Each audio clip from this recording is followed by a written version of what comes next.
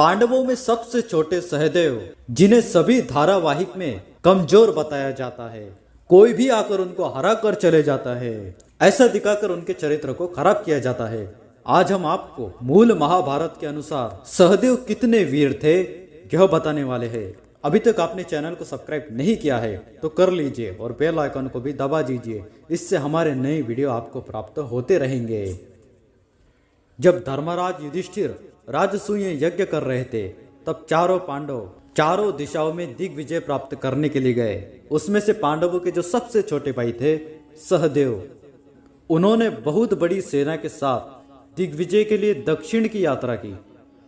उन्होंने क्रमशः मथुरा, मत्स्य देश और अधिराज के अधिपतियों को वश में करके करद सामंत बना लिया।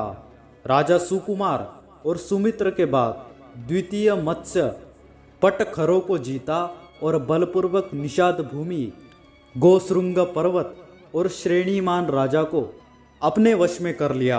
नर राष्ट्र पर विजय प्राप्त कर लेने के बाद कुंती भोज पर आक्रमण किया और उन्होंने सहर्ष धर्मराज का शासन स्वीकार कर लिया।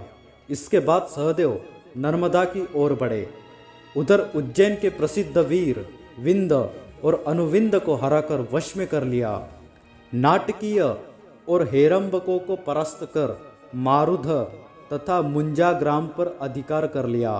उन्होंने क्रमशः अर्बुद, वातराज और पुलिंदों को हराकर पांडेय नरेश पर विजय प्राप्त की और किष्किंधा के मैंद द्विविद को जीता। मित्रों, मैंद और द्विविद रामायण काल के वानर है जो प्रभु श्री राम की सेना में थे और जिन्होंने बड़े बड़े असुरों का वध किया था। उनको भी सहदेव ने हरा दिया। इसके बाद उन्होंने माहिष्मती साम्राज्य पर धावा बोल दिया। भयंकर युद्ध के बाद महाराज नील उनके करद सामंत बन गए। वहां नील नाम के राजा रहते थे जिन्हें सहदेव ने परास्त कर दिया था। उन्होंने आगे बढ़कर त्रिपुर रक्षक और पौरवेश्वर को वश में किया।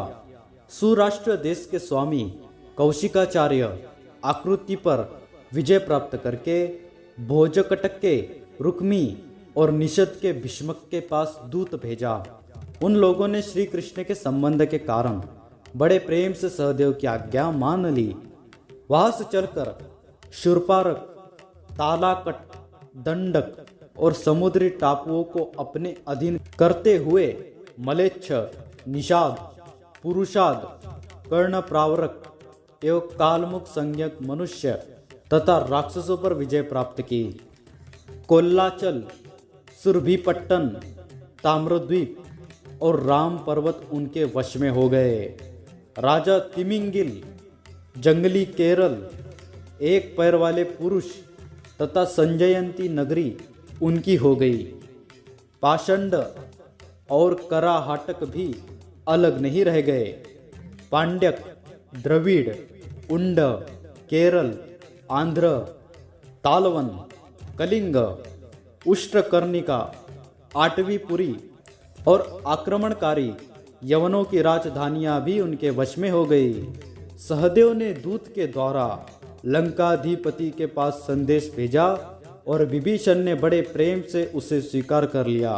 सहदेव ने इसे भगवान श्री कृष्ण की ही महिमा समझी। सभी स्थानों से उन्हें अनेकों प्रकार की वस्तुएं उपहार के रूप में प्राप्त हुई थी। सब कुछ लेकर सबको सामंत बनाकर बड़ी शीघ्रता से बुद्धिमान सहदेव इंद्रप्रस्थ लौट आए और सारी वस्तुएं धर्मराज को सौंपकर वे सुखपूर्वक इंद्रप्रस्थ में रहने लगे।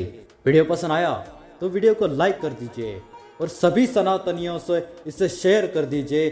कमेंट में सनातन धर्म की जय अवश्य लिख दीजिए। सनातन धर्म की है ये कथा, सुनाते हैं हम भगवान की महिमा गाथा।